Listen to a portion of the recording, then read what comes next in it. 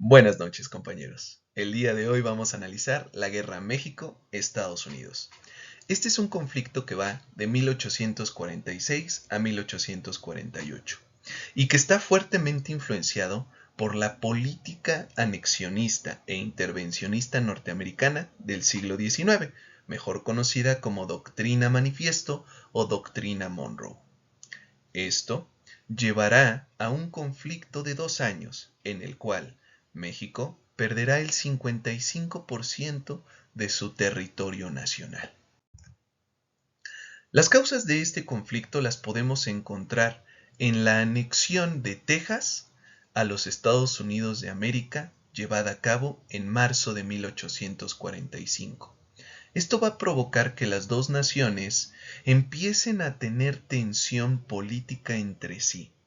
Recordemos que Texas le pertenecía a México y que en 1836, liderados por Stephen Austin, los tejanos lograrán su independencia solo después de vencer al general Antonio López de Santana y obligarlo a firmar los tratados de Velasco. Estas tensiones políticas van a llegar a su clímax, a su punto álgido, el 24 de abril de 1846.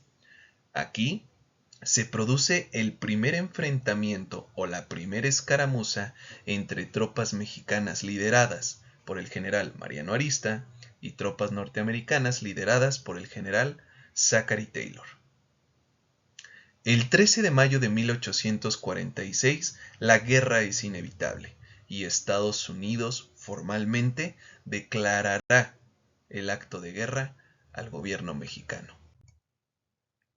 Los personajes más importantes de este conflicto serán los presidentes de México, Mariano Paredes y Arrillaga, Valentín Gómez Farías, Pedro María Anaya y Manuel de la Peña y Peña.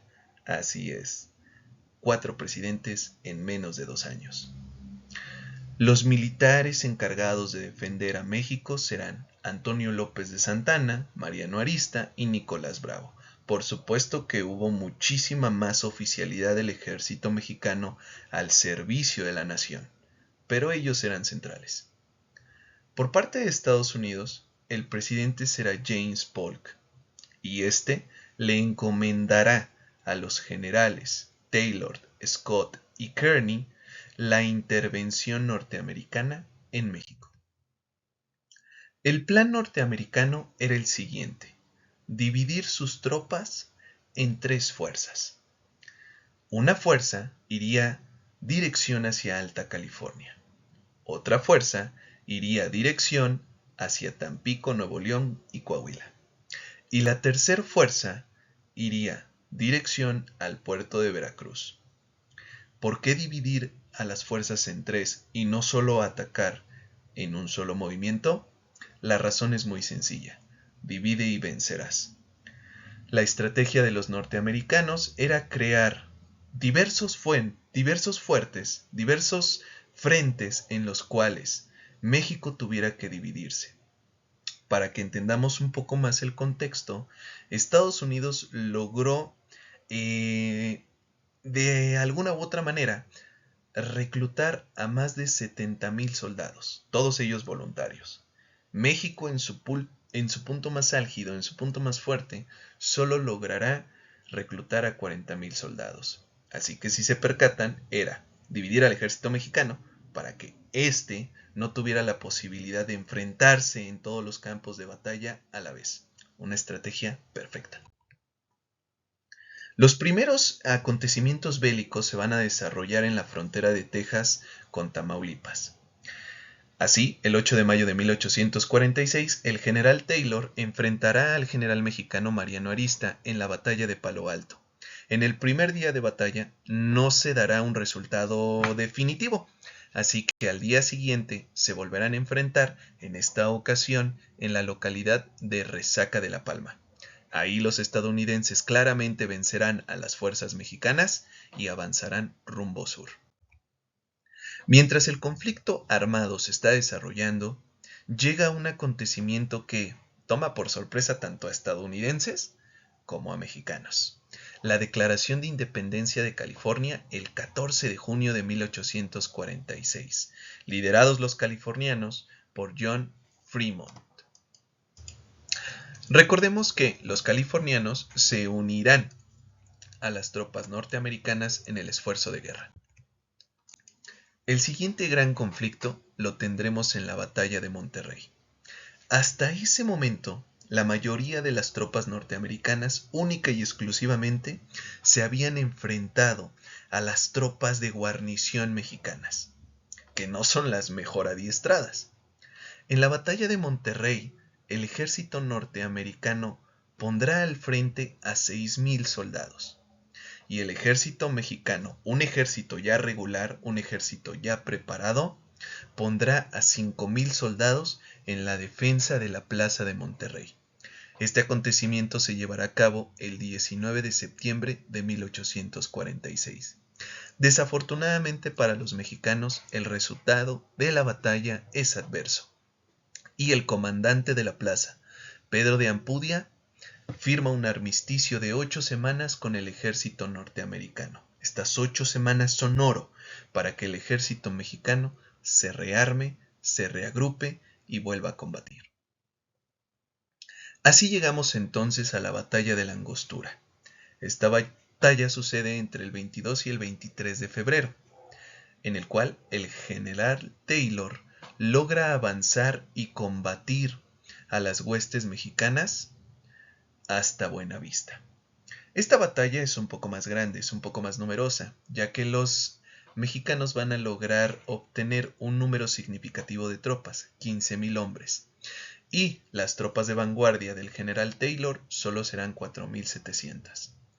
La lógica nos indica que el ejército mexicano tuvo que ganar esta batalla, mas sin embargo la lógica y la realidad en muchas ocasiones son diferentes.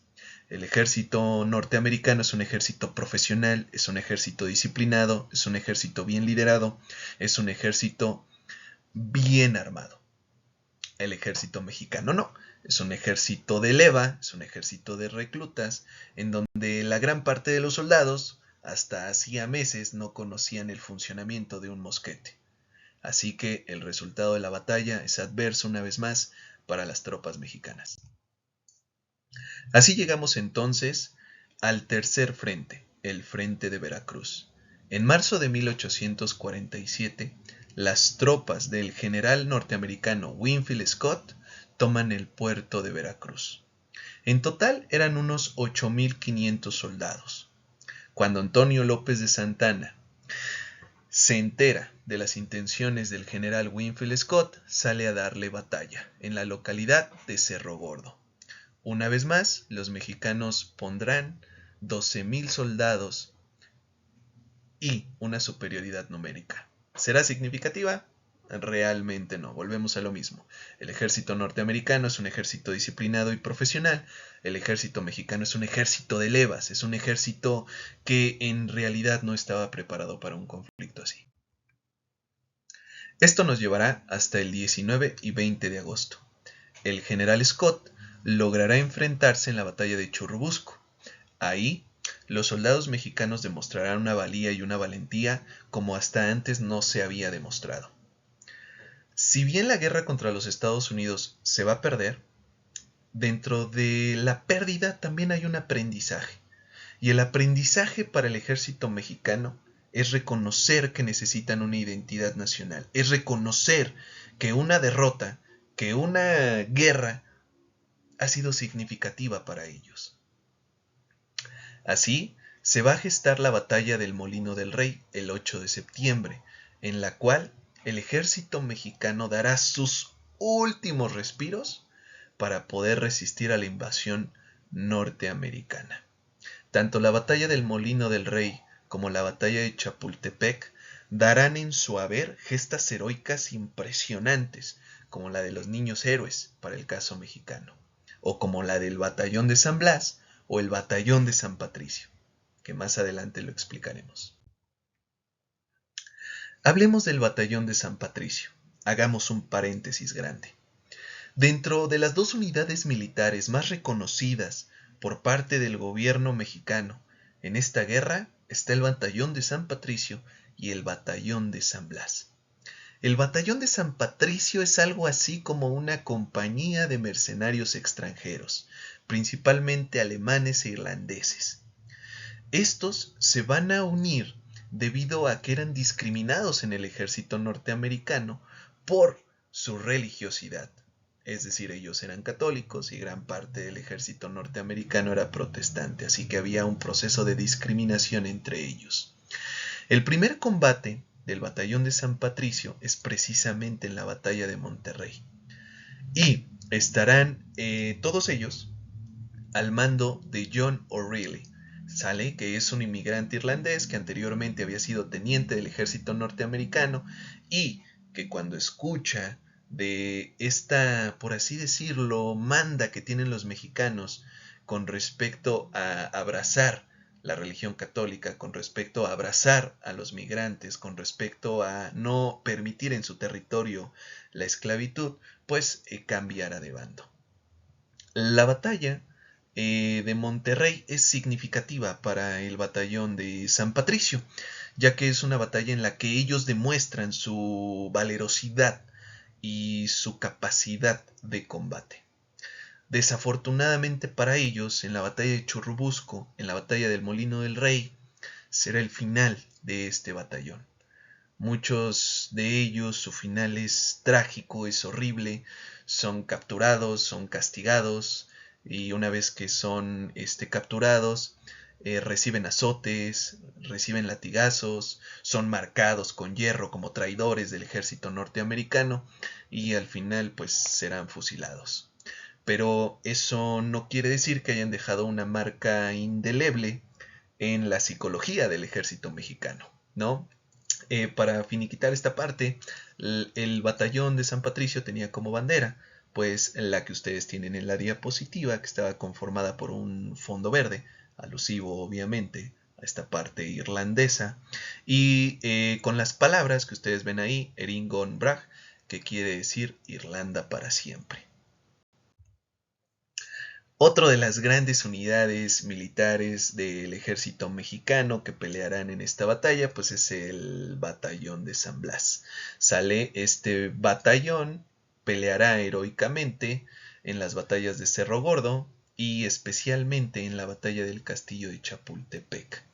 ¿Vale? Este batallón estaba comandado por un tlaxcalteca cuyo nombre era Felipe Santiago Xicotencal, coronel, de origen humilde, nacido en el pueblo de Contla, y que será, junto con los cadetes del heroico colegio militar, uno de los grandes héroes de esta batalla.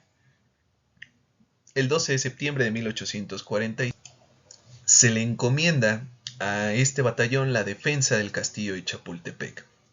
Para el 13 de septiembre de 1847, el batallón de San Blas es aplastado por la fuerza norteamericana y pues obviamente gran parte de sus efectivos perderán la vida. Felipe Santiago Xicotencal recibirá 14 disparos, todos ellos de frente, es decir, nos está hablando que jamás se retiró, sino que estaba peleando, ¿vale? Para mantener la plaza. Desafortunadamente esta plaza tendrá que rendirse, pero no sin antes dejar una frase impresionante. Justo antes de morir, le dice a su tropa: mexicanos, no se rindan, luchen por el honor y la gloria, México no se arrodilla ante nadie y menos ante la adversidad.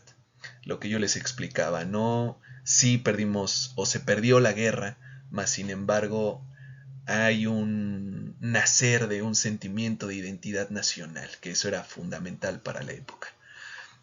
Junto con Felipe Santiago Xicotencal pasarán a la historia el subteniente Juan de la Barrera y los cadetes Agustín Melgar, Francisco Márquez, Fernando Montes de Oca, Vicente Suárez y Juan Escutia, todos ellos mejor conocidos como los Niños Héroes, que demostrarán su valía y que era parte del ejército mexicano.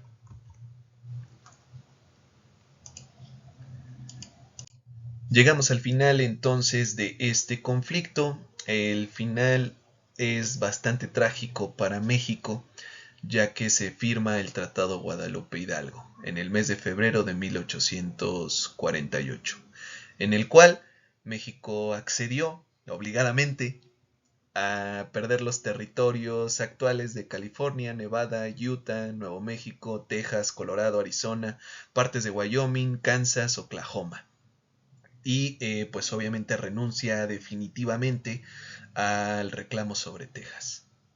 Esto en números o en porcentajes es el 55% del territorio que tenía México hasta antes de 1846. El conflicto termina el 15 de junio de 1848 cuando las tropas invasoras deciden retirarse de nuestra nación, no sin antes dejar un legado impresionante en la psicología de las y los mexicanos. Fue un placer estar con ustedes una vez más y recuerden que la actividad es una breve línea de tiempo en la que ustedes identifiquen causas, desarrollo y consecuencias de la guerra México contra Estados Unidos. Fue un placer estar con ustedes, cuídense mucho.